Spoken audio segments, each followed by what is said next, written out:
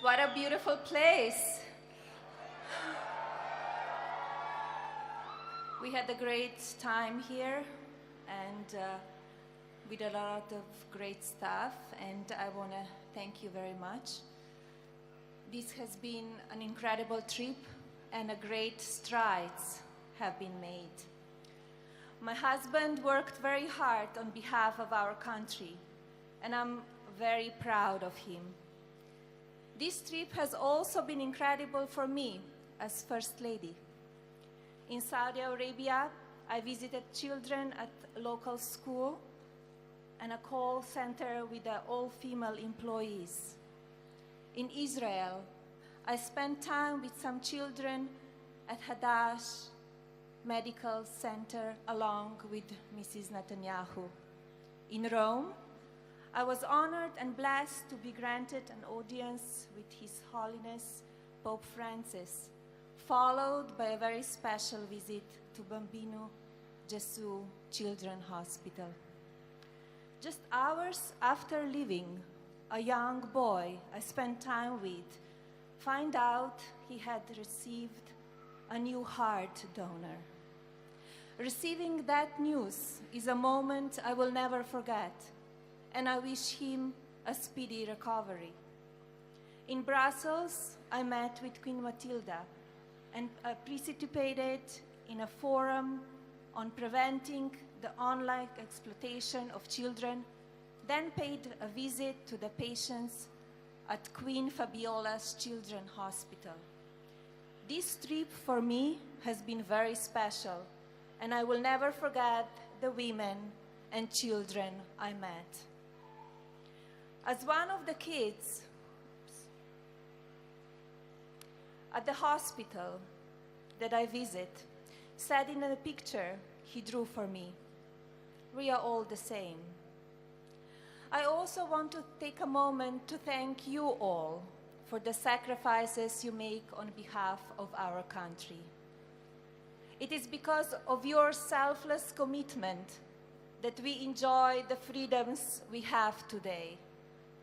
And to the families who endure time apart or constant moves to the base, your sacrifices do not go unnoticed or unappreciated.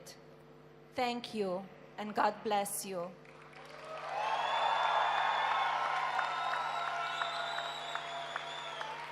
And now, it is my great honor to introduce my husband, the President of the United States, Donald J. Trump.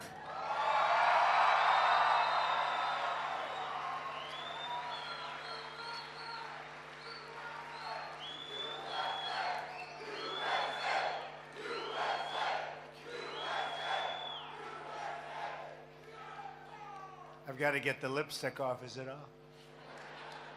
Thank you, honey. Thank you both. That's great. And I'm trying to figure out who's in that helicopter that's coming in. It may be Prime Minister Abiy. It may be Justin from Canada. Great people. We made a lot of good friends this week, I'll tell you. A lot of good friends. They're good people. America is very blessed with a lot of great diplomats, and I have to say this as she just walks over here. But I don't think the United States could possibly have a better emissary than our magnificent and wonderful person, our First Lady, Melania. Thank you. Thank you, honey. The countries of the world have a large number of disagreements, but they all agree with me on that one, that I can tell you. So everywhere we go, it's the same old story. So great job. And you know, we've been gone for now a long time. Everywhere I go. But we have been gone for close to 9 days. This will be 9 days. And I think we hit a home run no matter where we are. We're thrilled to be here right now, and we're getting on that very big plane. We're heading back to Washington and the United States.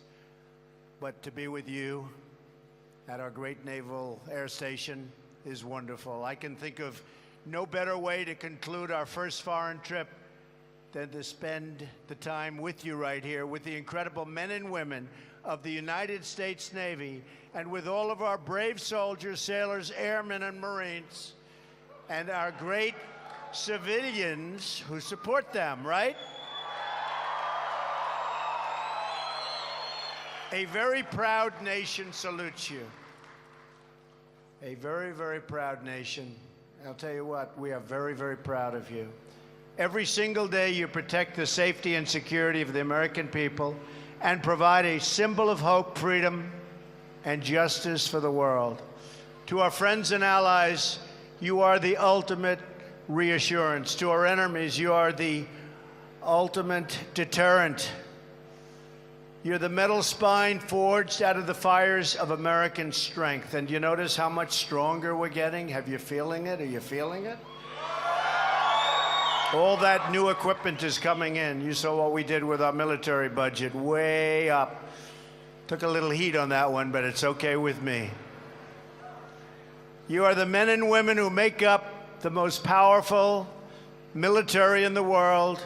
And under my administration, as you know, you've seen it, right? Under my administration, stronger and stronger every single day. I want to thank Captain Brent Trickle for leading the American presence at the hub of the Med. You know what that is, right? The hub of the Med. Captain Trickle, considering everything your team has done to prepare for this visit, and you really have done a lot, I've seen it, feel free to sound Liberty Call as soon as wheels are up, okay? That sounds, maybe I'll stay down with you and celebrate together and just wave. But before going any further, I also want to express on behalf of the United States our gratitude to our Italian and NATO allies here today. We have a lot of them. You're stationed at the crossroads of the Mediterranean, working side by side with Americans to confront the threats associated with the tremendous violence, suffering, and instability across North Africa and the Middle East. To every service member from Italy, from a NATO country, we want to thank you for your friendship and for partnering with us in the fight to defeat terrorism and protect civilization. Gotta believe it. Terrorism is a threat, bad threat, to all of humanity, and together we will overcome this threat.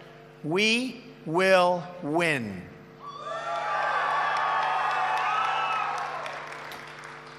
But none of what we achieve would be possible without our wonderful military spouses and families. Each of you makes these great sacrifices for our country as well. Let's hear it for the military spouses, please.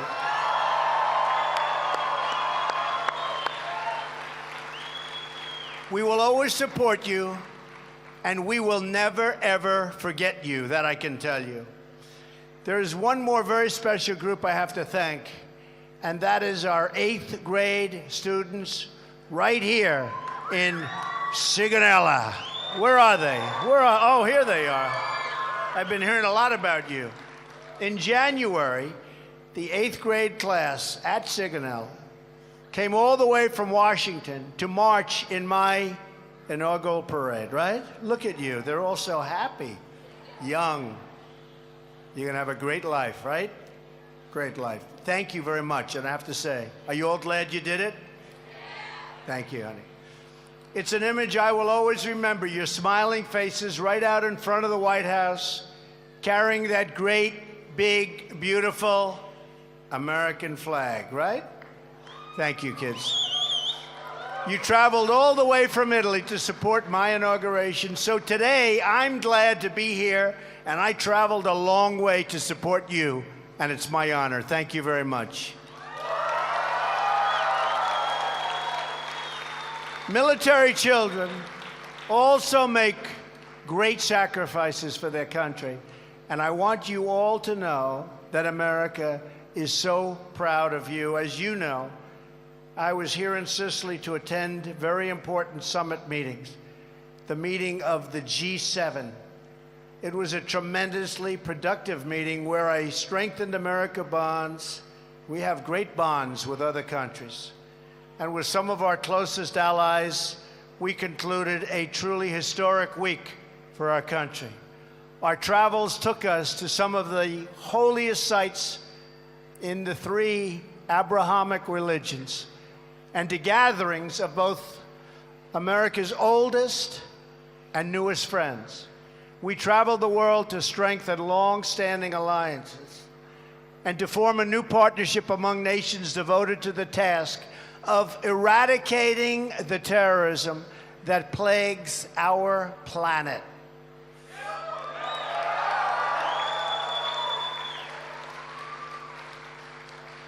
And we've got the people that can do it, believe me.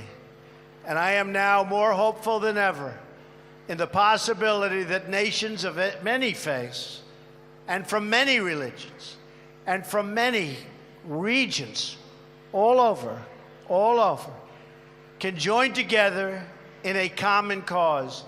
The barbaric attack in Manchester and the massacre of innocent young lives underscores the depth of the evil we face and the urgent need for us to join forces to absolutely and totally defeat it.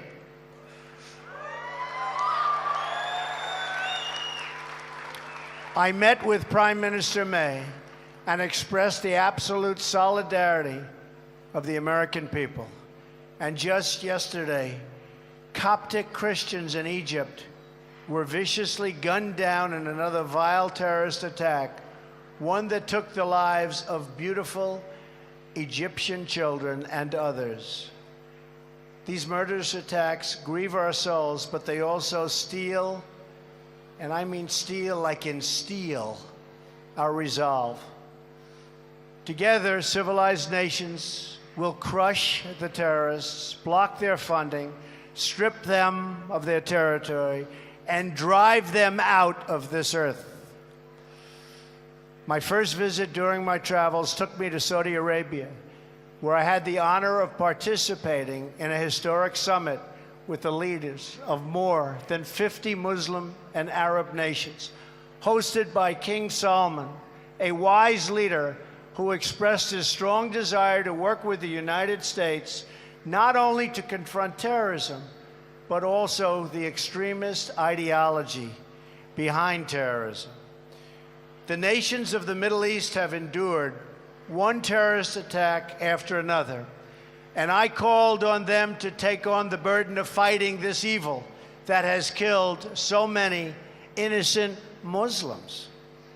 During this unprecedented gathering, we opened a new center to combat extremist ideology, launched a task force to block funding for terrorism, and agreed to massive economic development deals, the likes of which there has never been, that will create hundreds of thousands of jobs in the United States, building the equipment that has just been ordered by Saudi Arabia. We also further isolated the Iranian regime over its hostile and destabilizing actions and reaffirmed that Iran must never be allowed to obtain, under any circumstances, a nuclear weapon. I was deeply encouraged to hear from the leaders of many Muslim and Arab nations that they are ready to take on a greater role in combating terrorism and providing young Muslims in their region with a future of safety and a future of opportunity. Next, I went to Jerusalem, where I reaffirmed our unbreakable bond with the State of Israel. There, we continued our discussion about fighting terrorism and crushing the organizations and ideologies that drive it. I went to the Western Wall, a monument to the perseverance of the Jewish people. I also prayed at the Church of the Holy Sepulchre and walked those sacred halls. I was awed by the majesty and beauty of the Holy Land and the faith and reverence of the devoted people who live there. All children from all faiths deserve a future of hope and peace, a future that does honor to God.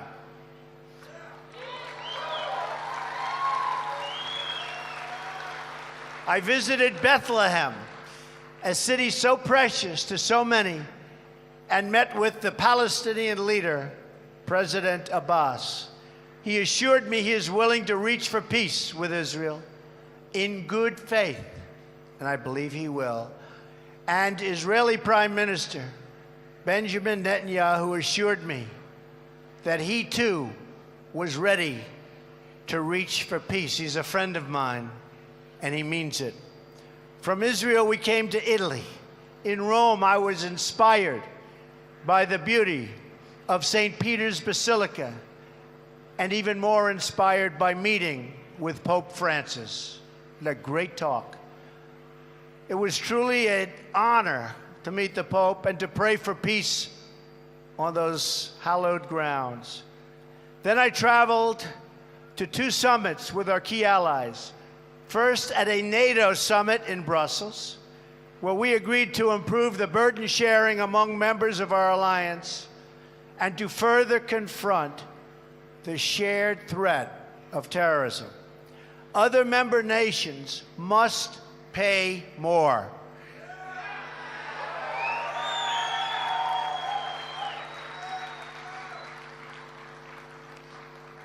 The U.S. is currently paying much more than any other nation, and that is not fair to the United States or the United States taxpayer.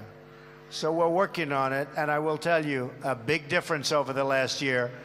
Money is actually starting to pour into NATO from countries that would not have been doing what they're doing now had I not been elected. I can tell you that. Money is starting to pour in. It's only fair to the United States. We want to be treated fairly. And we're behind NATO all the way, but we want to be treated fairly. All of us will be more safe and secure if everyone fulfills their obligations the way they're supposed to, right? Look at this man, he's over there. He's agreeing with me 100%. Most people agree with it. Next, I attended the G7 right here in Sicily and made great progress toward very, very vital goals. I laid out my vision for economic growth and fair trade in support of good-paying jobs and even great-paying middle-class jobs and more. And I called for much greater security and cooperation on matters of both terrorism, immigration, migration, to protect our citizens. From Saudi Arabia to Israel to NATO to the G7, we made extraordinary gains on this historic trip to advance the security and prosperity of the United States, our friends, and our allies. And we paved the way for a new era of cooperation among the nations of the world to defeat the common enemy of terrorism and provide our children with a much more hopeful future. You're going to have a great, great future. You're going to have a safe future because of your parents and other people in this room. That is why I knew I had to conclude my trip right here in Sigonella with the dedicated service members who make the future so bright, so proud, because I am so proud of the future you're going to have. Are you all proud of the future you're going to have? You better believe it, right? Dad, Mom, we're all proud of it. We're all proud of it. We're proud of our country. The men and women of the United States military have been the greatest force for peace and justice in the history of the world. I want you to know that you have a commander-in-chief who will never, ever forget. Never, ever. You will always be remembered number one. Just remember that, always. I will give you my complete and unshakable support. We have already made a historic investment in defense spending. You've been reading about it. Because we believe in and you know this. What's the expression? Peace through strength. Peace through strength, right? You'll understand that when you get a little bit older. Peace through strength, and that's what we're going to have. We're going to have a lot of strength, and we're going to have a lot of peace. We will buy the planes, the ships, vehicles, and equipment you need to get your job done and to come home safe and sound back to your families.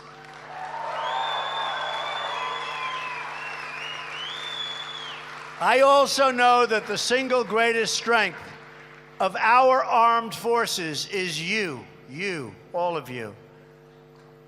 The dedicated, really tough, and really disciplined servicemen and women who bravely fight in our name. You not only know the pain of sacrifice, but you also know the tremendous rewards of military service, of being part of something much larger than even yourselves.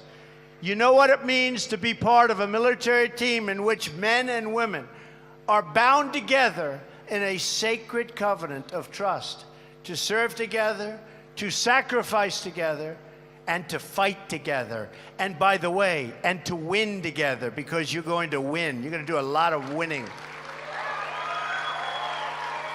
You're going to do a lot of winning. And my pledge to you is that we will always protect those who protect us. You are protecting us. And we will always remember that, and we will always, always protect you. Americans fought and died to liberate Europe from the evils of Nazism. You know that. And fascism. American military power helped to free the world from the oppression of communism.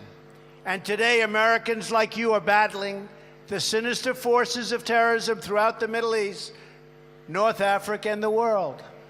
American military history is rich with noble traditions, harrowing missions, and selfless heroes like your parents. But at its core, the moral of the story is always the same. It is the story of good overcoming evil.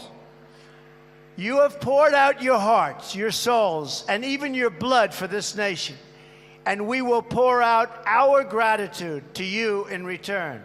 We will show our gratitude, especially this Monday on Memorial Day, when we pause to thank God for the heroes who have laid down their lives for our freedom. Right? Among those heroes was a young Navy sailor from Omaha. His name was John Joseph Parle. Parle enlisted in the Navy after the attack on Pearl Harbor, completed midshipman training at Notre Dame, and soon ended up not far from here in the waters of the Mediterranean. On the night of July 9th, 1943, Parle was among the tens of thousands of Allied forces preparing for a surprise landing the next morning on the shores of Sicily, right here, about 70 miles away, to be exact. It was to be a major Allied offensive on European soil, and it was important. On a ship cloaked in darkness just 6 miles offshore, Parle and others noticed that a smokescreen device had caught fire in a small boat staged to support the landings. The boat was filled with explosives. He knew that if he didn't stop the fire, an explosion would light up the night sky, alert the enemy, all of his fellow comrades would be killed, and the invasion would be a failure. So Paul rushed to the source of smoke, hardly able to breathe, breathing the smoke in, and without a thought for his own safety, picked up the burning device with his bare hands, ran to the side of the boat, and hurled it into the sea as far as he could throw. In that decisive moment, Paul didn't hesitate. He acted. And in that act, he helped ensure the success, not only in the savings of his friends and those lives, but of the Allied landing itself, which turned out to be a very, very important victory. So the Allied forces went on to win the Sicily campaign. Critical in their ultimate victory was Paul. But before that final victory, the young, brave, beautiful sailor who helped make it possible died from the smoke that had damaged his lungs so badly. Ensign Paul had just turned 23. Yesterday would have been his 97th birthday. For his brave actions, Ensign Paul was awarded the Medal of Honor. This Memorial Day, we remember him and all the brave men and women like him who give their last breath in defense of our country. We honor their memory and their sacrifice. And we also hope to honor them with our deeds to prove worthy of their sacrifice. Because there is no peace without those willing to bear the scars and wounds of war. There is no strength without those brave enough to protect the weak and the people that need protection.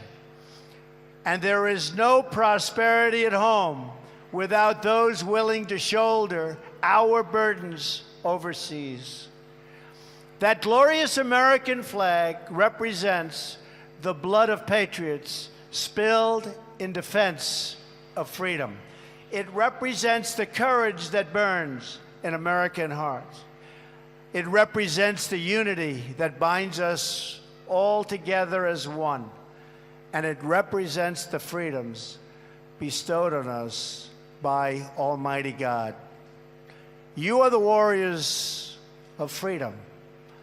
You are the protectors of that great American flag. You are the patriots who keep the fires of liberty burning. And you are the ones who protect the God-given freedoms that are the birthright of every single American child. I am proud to be with you today as your Commander-in-Chief. I am honored to have had this time to spend with you. I am excited for the great adventures and achievements that all of us will accomplish together. May God bless you. May God bless our service members. May God bless the United States of America. Thank you very much, everybody. Thank you. Thank you. Thank you very much.